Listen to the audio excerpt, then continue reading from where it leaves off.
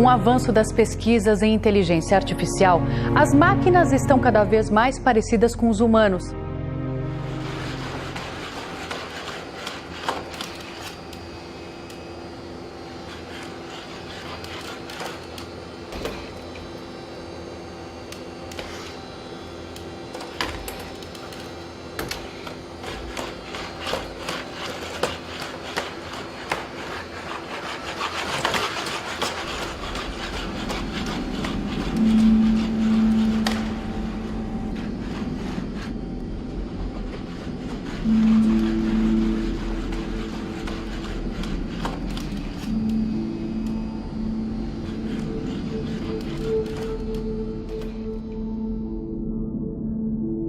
O pesquisador chinês que afirmou ter criado os primeiros bebês geneticamente modificados do mundo disse que uma segunda gestação desse mesmo tipo está em andamento.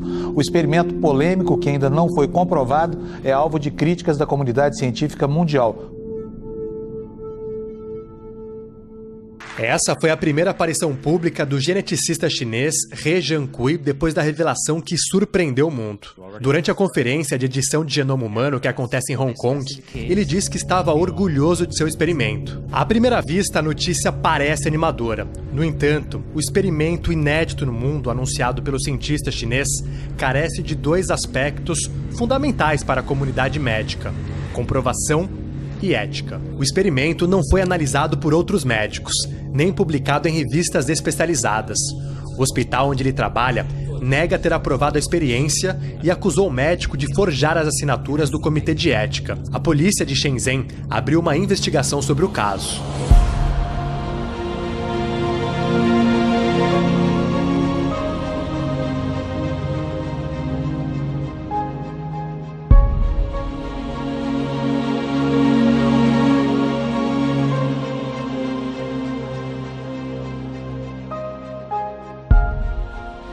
Quando eu puder ter filhos, serei capaz de decidir a altura, a inteligência e qualquer traço desejado.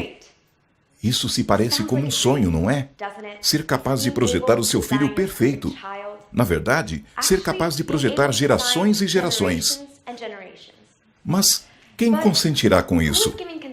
Certamente não o nascituro. Queria que você explicasse o que essa edição de DNA, que o nome é CRISPR, né? Isso mesmo. O que é, na verdade, como se faz isso? O CRISPR, na verdade, Rony, é uma descoberta mais ou menos nos anos 80, 1987, mas que depois, com o tempo, no ano 2000, mais ou menos, que começou essas pesquisas mais dedicadas na área do ser humano, vamos dizer assim, né?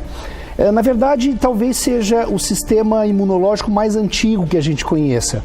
As bactérias usavam esse sistema CRISPR para reconhecer o vírus que entrava dentro dela, né? Então ele reconhecia esse DNA e pegava um pedaço desse DNA desse vírus e inseria no próprio DNA da bactéria, para que posteriormente, exatamente como está se mostrando aí, né? Quer dizer, quebra-se o DNA em si, né? No caso da bactéria em si, Sim. É um espaço, nesse espaço ela preenche com um modelo, um molde do DNA desse vírus, para que depois, se esse vírus entrasse de novo dentro dessa bactéria, ela já reconhece e automaticamente vai lá e destrói o RNA, o DNA desse vírus em si, e não deixa com que ele infecte a célula em si. Nós temos a tecnologia para brincarmos de Deus. Mexer com a natureza é chamado de CRISPR, que nome engraçado.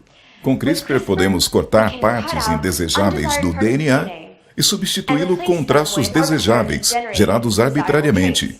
Ainda se parece com um sonho?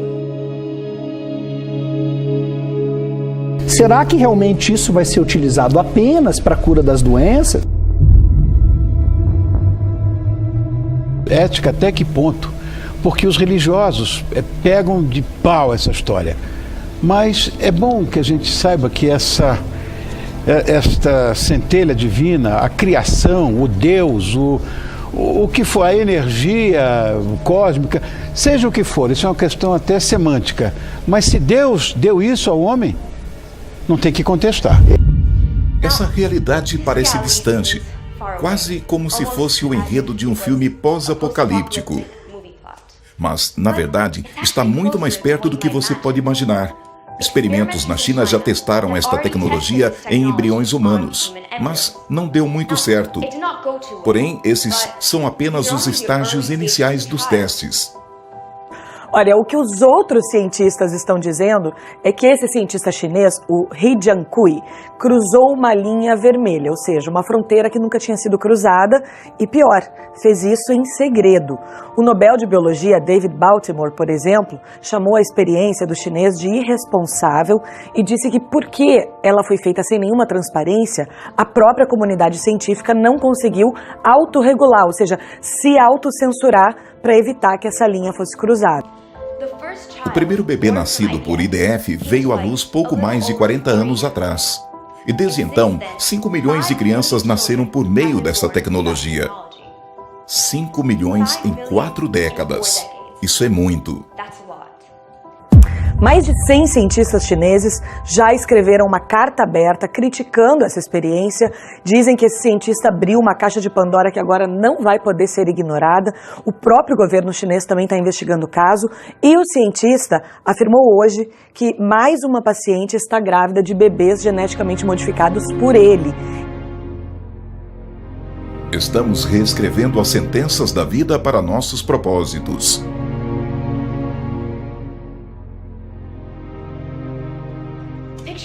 Imagine isso. Em 15 anos, você e seu parceiro têm uma criança normal.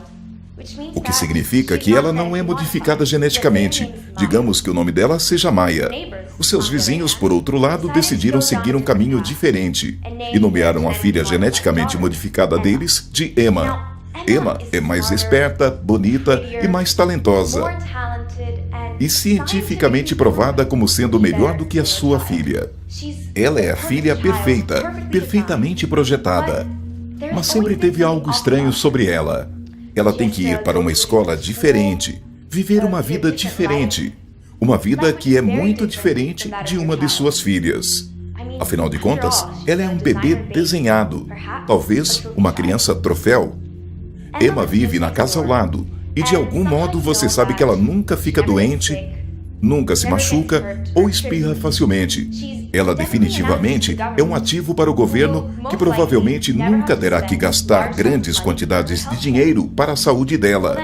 Então, talvez o governo comece a promover a produção de bebês projetados.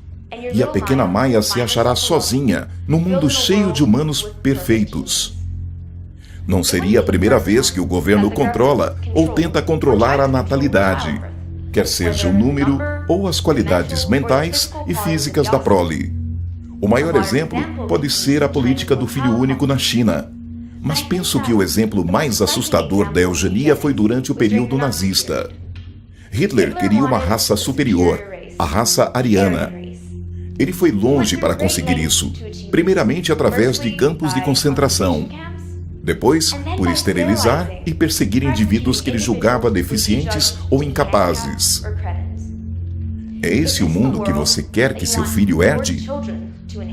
É isso que você quer que a nossa raça se torne?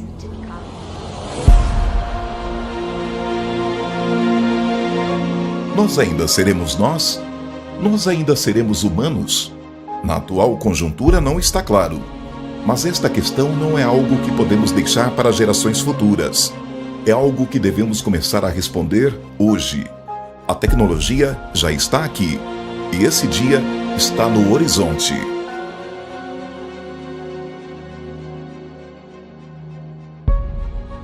E se um dia ela vier chorando perguntar: por que eu não sou como a Emma? Tudo o que você sabe é que a sociedade mudou. Entre a sua filha e Emma existe um abismo. Uma raça superior nasceu e sua filha não pertence a ela. É hora de nos fazermos perguntas muito importantes como: quem somos nós? O que nos tornaremos e quem decidirá?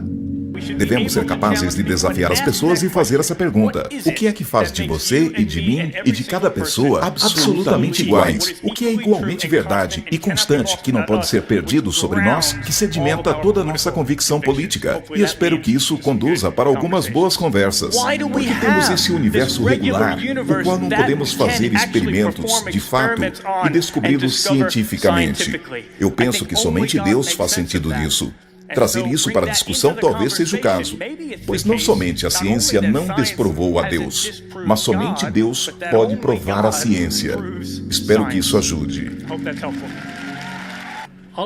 Por fim, não é tanto sobre as evidências, é a disposição de ir para onde a evidência conduz. Se você está realmente disposto de ir para onde a evidência conduz, e isso te chama para a humildade no dobrar dos seus joelhos, na verdade e definitivamente a diferença chega-se a isso.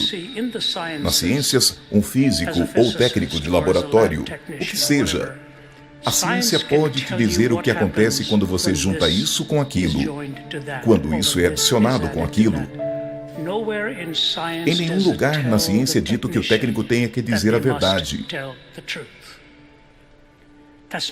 Este não é um imperativo científico, este é um imperativo metafísico. Então, imediatamente quando você se move da ciência para a metafísica, você chega no mundo real do porquê você ama seus filhos, do porquê você deseja ser amado e por que a verdade importa. O mais importante, quem traçará essa linha? Essa é uma pergunta da qual eu gosto muito de falar, porque frequentemente há essa acertação de que a ciência desprova Deus. De algum modo, a ciência enterra Deus e você perguntou especificamente a pergunta sobre como conseguir que alguém creia em coisas que não são físicas em natureza. E há muitas coisas assim na ciência e na filosofia, como você mencionou. A gravidade, números, conjuntos e proposições. A maioria dos filósofos hoje não são materialistas, precisamente por uma dessas razões. Mas meu principal encorajamento nesta questão seria: ok, encontre as pessoas onde elas estão. Vamos começar com o empírico, então. Vamos começar com os cientistas e fazer essa pergunta: a ciência aponta para longe de Deus?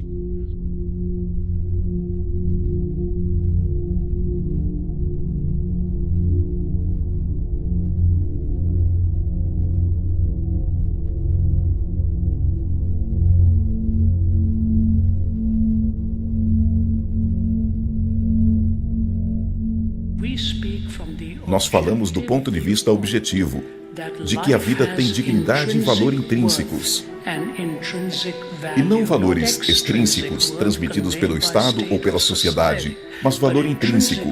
Falamos tanto sobre direitos humanos, mas nos esquecemos do direito de ser humano.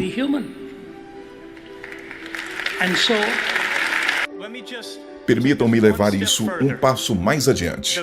A própria base de toda a ciência, a regularidade do universo.